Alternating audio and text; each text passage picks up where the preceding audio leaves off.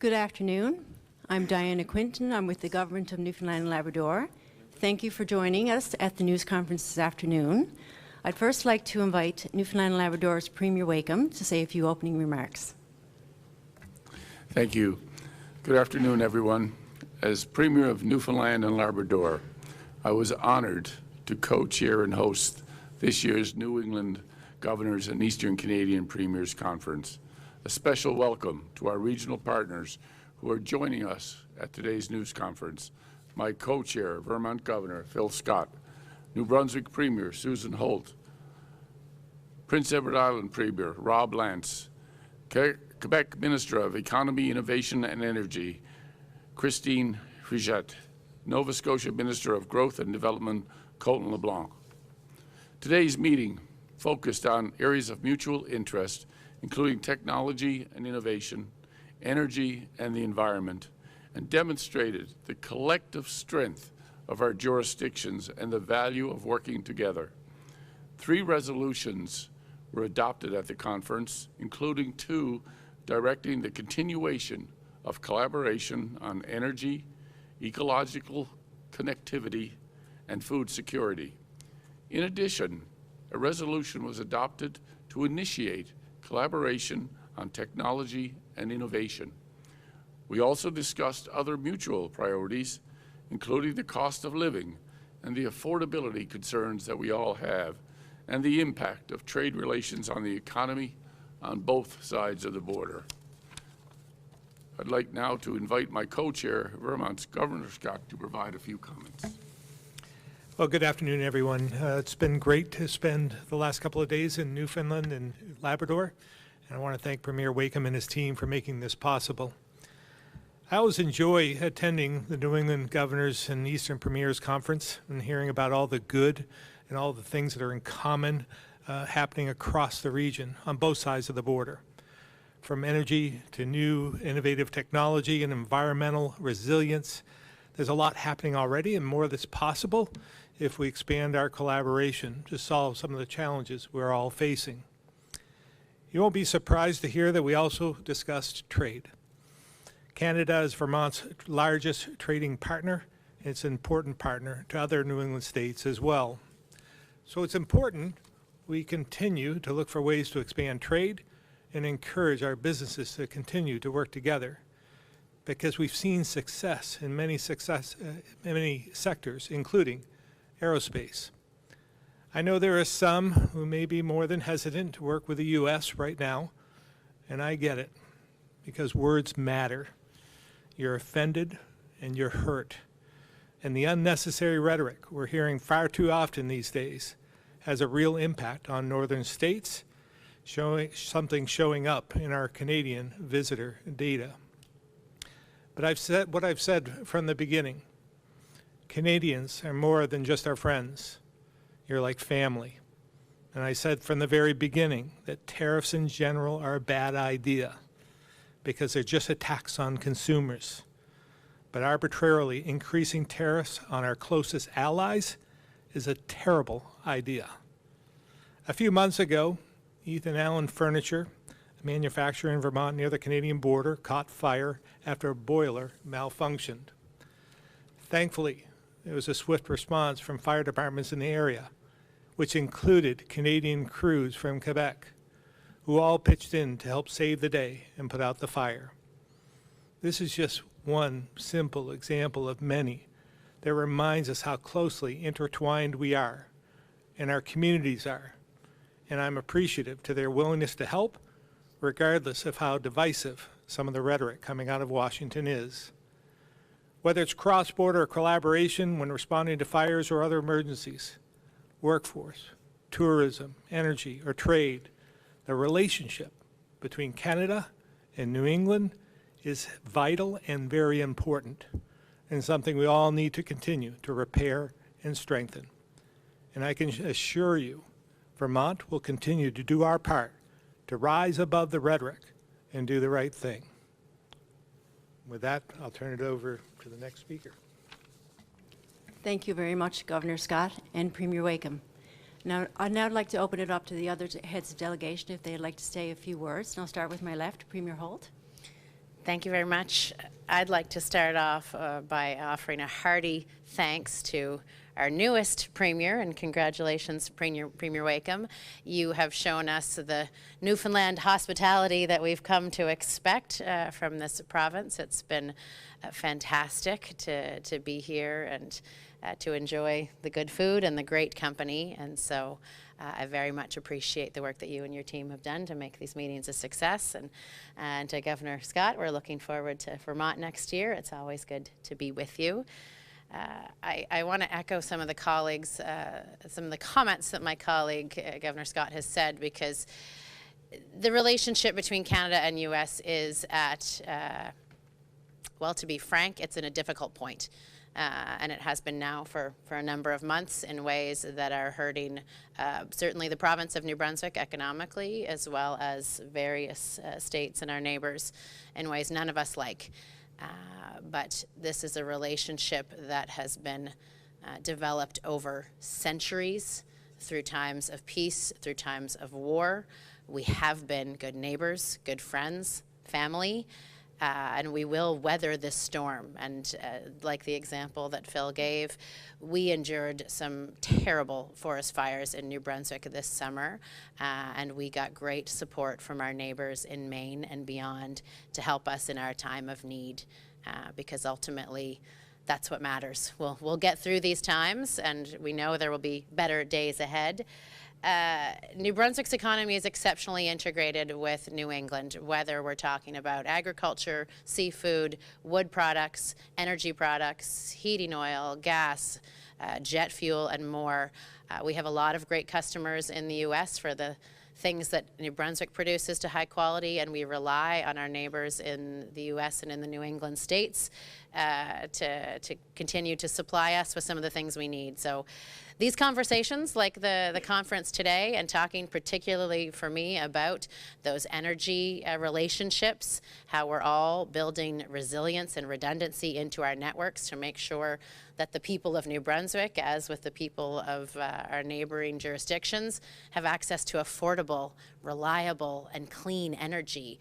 That's something that we want, and something that we can all deliver better for our residents by partnering with our neighbors and strengthening those relationships. The same goes with our trade relationships.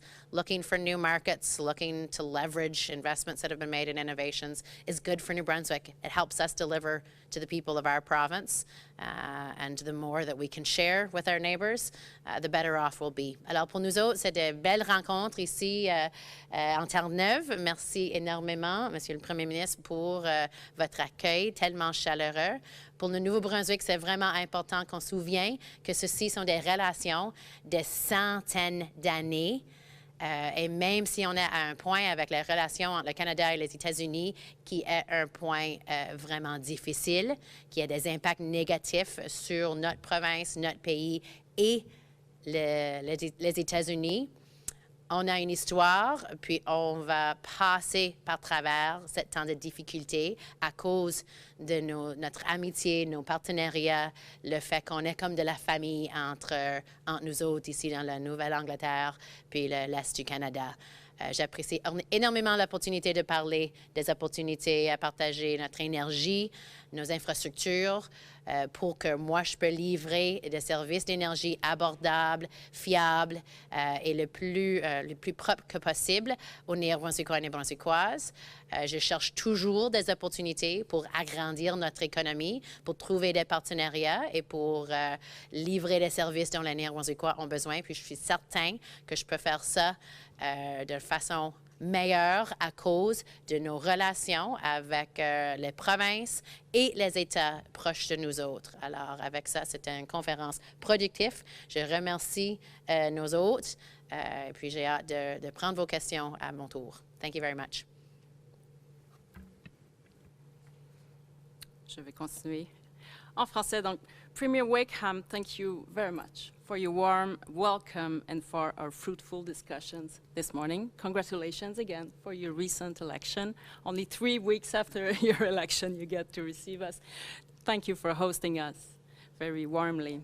And Governor Scott, I would also like to thank you. Thank you for agreeing to co-chair this meeting and also for hosting us next year. I really look forward to visit your state in order to pursue our discussions. Cette conférence existe depuis maintenant plus de 50 ans et elle est un forum stratégique de première importance pour nous.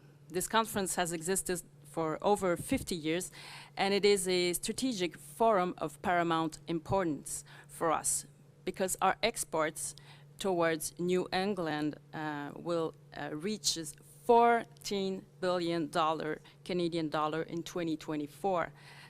It represents no less than 15% of our exports in the United States, so it is very important. And our trade links with our Atlantic partners are really important. We're talking about $17 billion Canadian dollars a year. So it is paramount to us to maintain these close ties between us. And it is clear that the tariffs imposed by the U.S. administration are creating uncertainty on both sides of the border. This reminds us that we form a single economic region. Our shared goal is to promote smooth cross-border trade and strong supply chains in order to build a win-win relationship. Alors, je souhaite réitérer que le Québec est plus que jamais ouvert aux échanges commerciaux, aux échanges énergétiques en matière d'électricité avec l'ensemble de ses voisins du nord-est américain.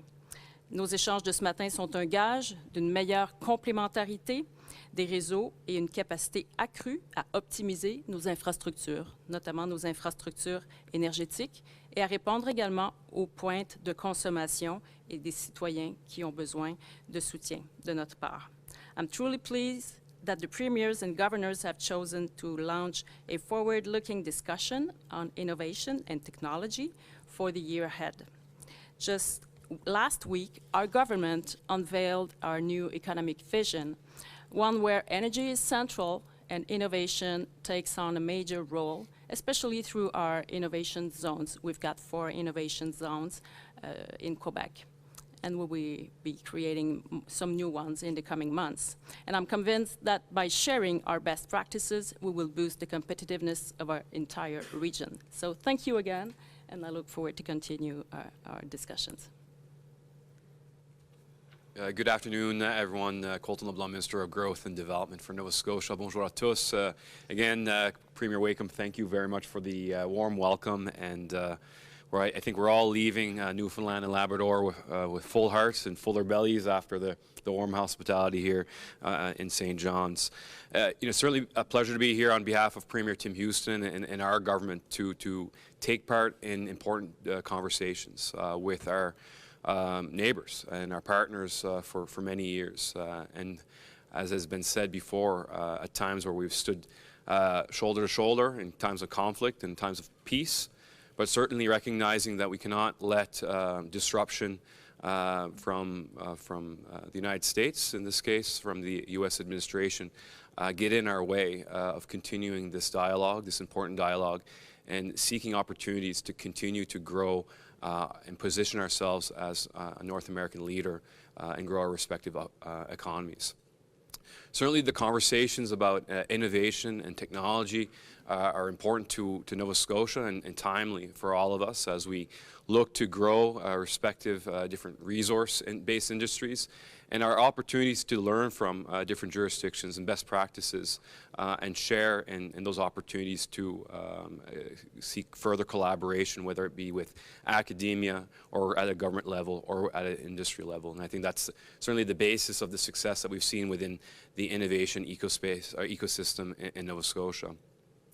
I'm really happy that we discussed what it comes down to. It's beyond the movement of goods and services that our respective jurisdictions provide and deliver for our citizens and how they're impacted by the trade and tariff situation.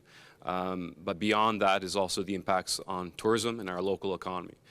So that is an ongoing conversation. But certainly the the differences of opinion on the tariff situation. It's not a difference between at a local government level. It's not against the state of Vermont, for example, or the state of Massachusetts or Maine. Of course, it's a difference of opinion at the federal level, and certainly we respect the friendships that we have with our families and friends and neighbors in the United States, and want to continue to work through these challenging times.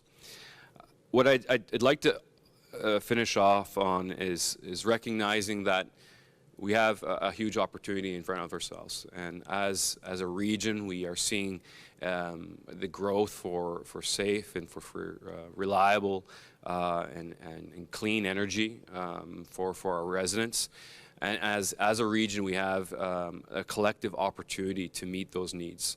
And as a province, really looking forward to the opportunities in advancing Wind West, which will really be a catalyst for generational investment, generational transformation of the region's economy that will help benefit and create thousands of jobs, not only in Nova Scotia, but also help grow and develop a strong supply chain for the Atlantic region, and also meet the energy needs in eastern or moving westerly into Canada, and perhaps even into the New England states. So again, it's been a real pleasure to be here in Newfoundland and Labrador on behalf of the province of Nova Scotia, to take part in these conversations, to continue the dialogue around collaboration, and look at the best interests of our respected provinces and territory, or provinces and states. So thank you very much. Thank you, Rob Lance, Premier Prince Edward Island. I want to thank Premier Wakeham for the hospitality here. Thank you to the Sheraton and staff for the accommodations and the hospitality here. The folks at the Innovation Center yesterday, a lovely part of this agenda. Very much enjoyed that, and of course the rooms last night. Thank you to the rooms and the staff there, and all those that attended the reception. A really tidy agenda. Enjoyed it. I think it was very productive. I think Governor Scott said that Canada is Vermont's largest trading partner, and likewise the United States is Prince Edward Island's largest trading partner. And of course, beyond the innovation and the environment discussions here, energy, trade was a significant part of it as well, and it will continue to be a topic of discussion, obviously. I stressed that the upcoming review of CUSMA will be an important milestone in addressing those trade issues, and I would encourage, obviously on this side of the border, we'll prepare ourselves as much as possible for those negotiations. We'll inform ourselves and our stakeholders and our federal partners who are in those negotiations. But I would hope that our U.S. partners are able to come to the table with the same understanding of what we're trying to achieve. And I did ask Governor Scott and the other American delegates here to, I think it's serves us all well to prepare for those negotiations. I think it's very important that we reestablish a mutually beneficial agreement there. So beyond that, some of you would know that we broke here just a short time ago to have a First Ministers meeting. So the premiers and I met virtually with the other premiers and the Prime Minister for a short discussion about some of the issues that we need to address on a regular basis. It's the Prime Minister's been very accommodating and available, and so we did just have a productive conversation about trade issues, about the recently introduced budget. We were able to provide some feedback on that budget, particularly around some of the infrastructure programs that were announced there. Again, some discussion about the national projects, major projects nationally, some discussion about ongoing trade negotiations with China and India and other trade discussions that the Prime Minister's having. So that was, you know, a useful addition to this agenda, although not part of this official agenda. It was nice that we were able to break to make that a part of our productive 36 hours-ish here in Newfoundland and Labrador. So appreciate it. It was very productive, and I'm looking forward to convening again in Vermont next year. Thank you very much for your remarks. Now I'm going to open the floor for media questions. And each media will have the opportunity to ask one question. And we'll start with media who are in the room today. Please go to the mic to ask your question. We will start with Brian Callahan, VOCM. Thank you. Good afternoon.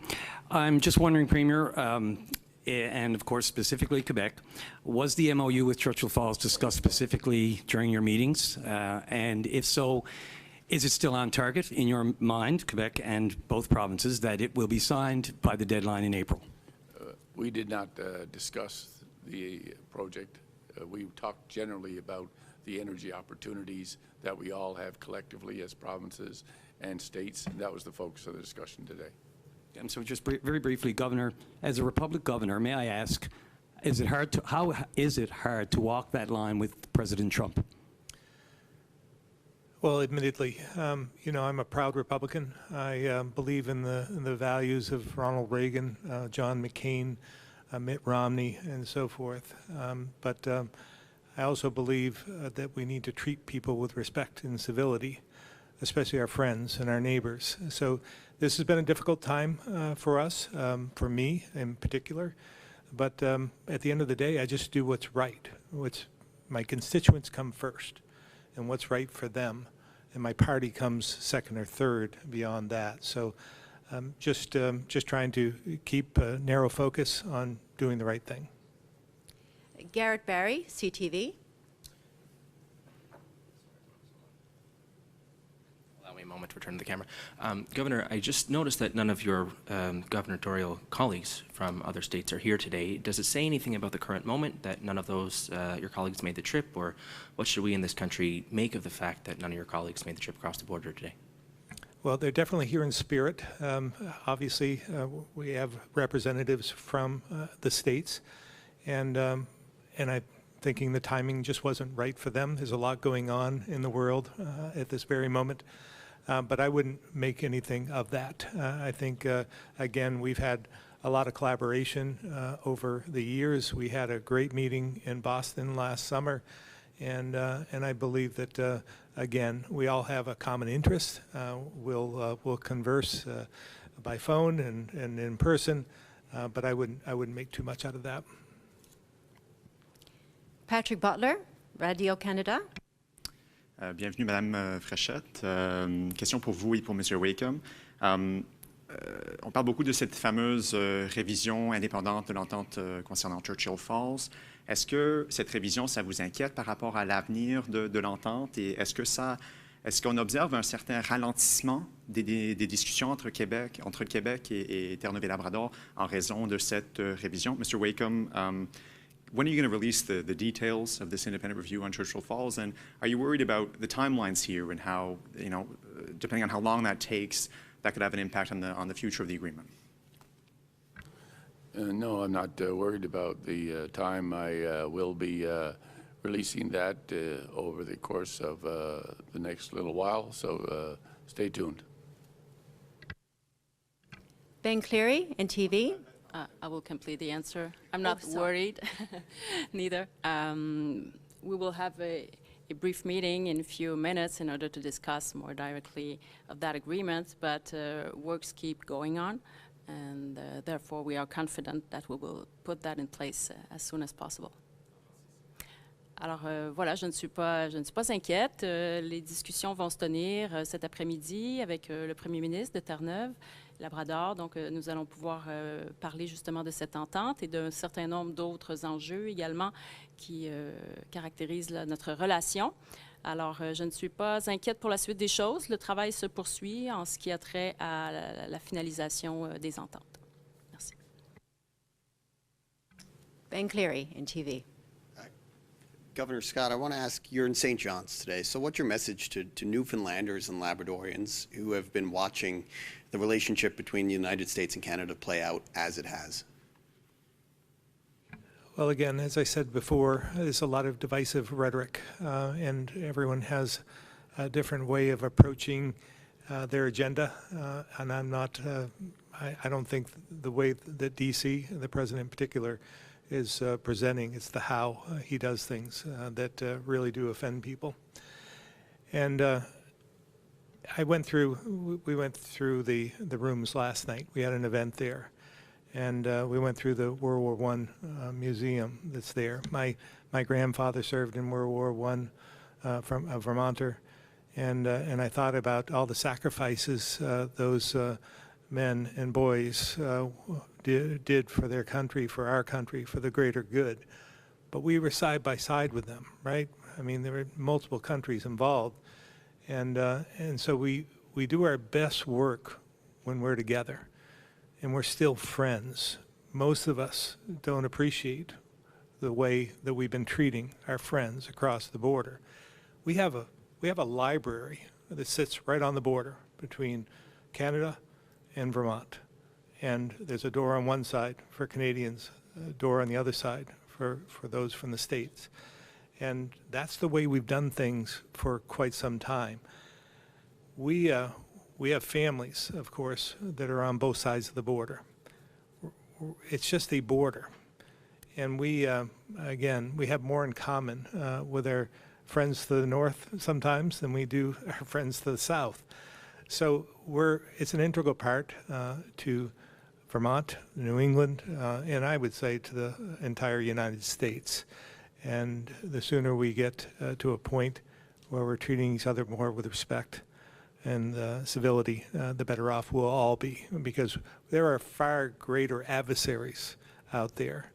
I mentioned China and Russia in particular, North Korea, and those are the folks we should be paying attention to in some respects, and we should be gaining this camaraderie, reinforcing the camaraderie we have with our friends first. Mark Quinn, CBC. Governor Scott, I wonder if you could describe the impact the ongoing trade war with Canada has had on Vermont in terms of trade and tourism. Yeah, tourism has taken a hit in Vermont. We've gained some in other areas from New England and so forth. So I would say about a 5% hit on tourism, which is a major industry for us. But there are many factors involved. It's not just about the rhetoric there. I think there is economically, with the dollar being of lower value in Canada than the States, that's a factor too. But again, I think eventually we want to, the message should be simple for us. I know we're all together in New England in saying, we miss you, Canada. We miss our Canadian friends from visiting us, but we understand. And sometimes it takes a while to get through that. But I've taken a different approach in Vermont. Obviously, I'm a Republican, as I said. I didn't vote for this president. I'm probably the only Republican governor in the United States that has said so publicly. But he's our president at this point in time, and I respect that. He got the most votes, he won. But over the next 3 years, over the last year, I've taken the approach of an umpire, and I'm just calling balls and strikes. When the president does something that isn't good for Vermont, I'll say so. When he does something that's good for Vermont, I'll say so. And we can't live in chaos for the next 3 years. It's not healthy for our citizens. So that's the approach we're taking, but we hope Canada will eventually understand that we're still the same Vermonters, the same folks from Maine, New Hampshire, Connecticut, Rhode Island, and Mass as we were before. I could follow up quickly. I think you described yourself as a Reagan Republican, and there was some controversy about a commercial in Canada that used Ronald Reagan talking about tariffs. Can you sort of talk about that? There was a dispute whether or not he clearly was against tariffs or not. Yeah, since I watched the video myself, I believe that Reagan was pragmatic in his approach. He took a softer approach, but yet ruled with an iron fist in some respects. But I don't believe he thought that tariffs were the answer either. I mean, there's the equalization of tariffs, that's fine, but to use them as a blunt instrument, a tool to gain power is just abusive. And I don't think Reagan would do that. Alex Bill, allnewfoundlandlabrador.com. Hi. Question for Premier Wakeham. The Future Fund annual report came out after the caretaker mode ended. Just pretty low growth for a sovereign wealth fund, but still higher than our debt growth. Do you still plan to dismantle that fund, and is that going to be an end of contributions or liquidation of assets, and when is that going to take place? There's legislation involved in all of that, so we'll have to take a look at that when we start to develop the legislation around it for sure. Would you expect it to take place next year? I would expect we'll deal with that as soon as we open the House. Okay, thanks. Thank you. We'll now have questions from media who are joining us virtually. I'll start with Jordan Woolman from the Commonwealth Beacon in Boston.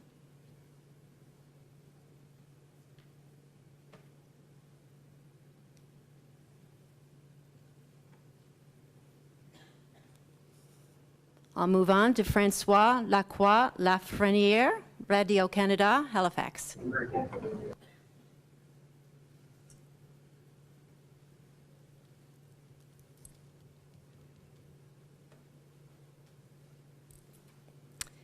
Cara Morellon, Radio-Canada.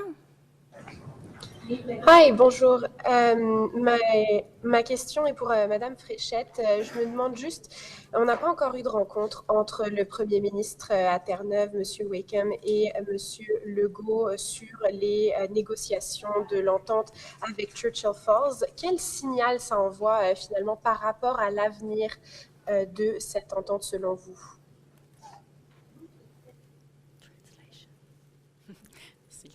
Bonjour, alors merci pour votre question.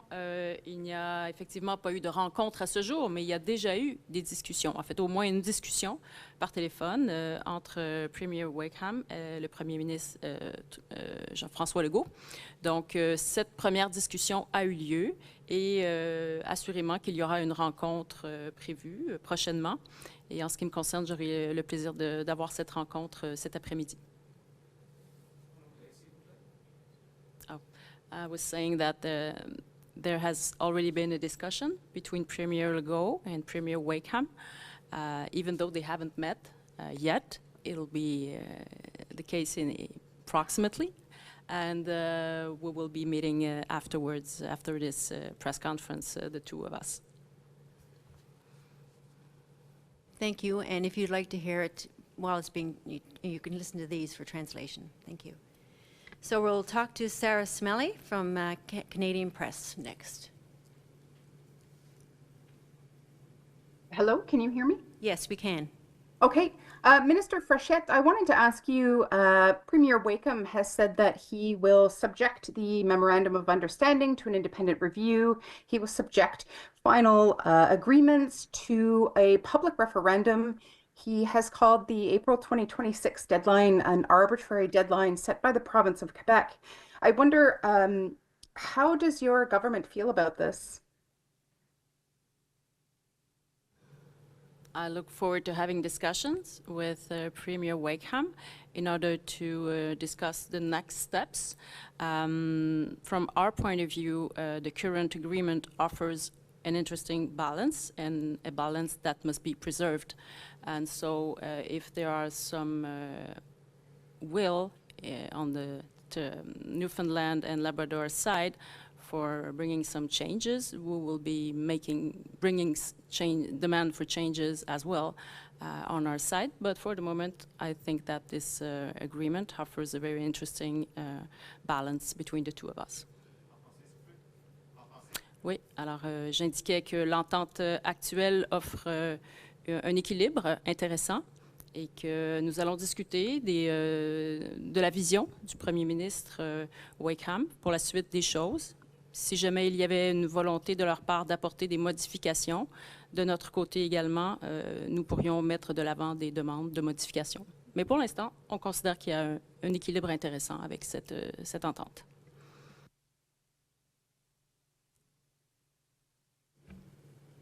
Premier Wakeham, any closing remarks on that question?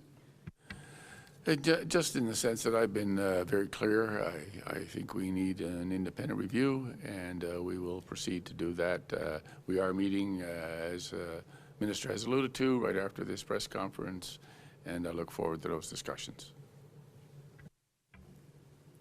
Thank you very much. That's the end of our news conference today. Thank you very much for joining us. Have a good afternoon.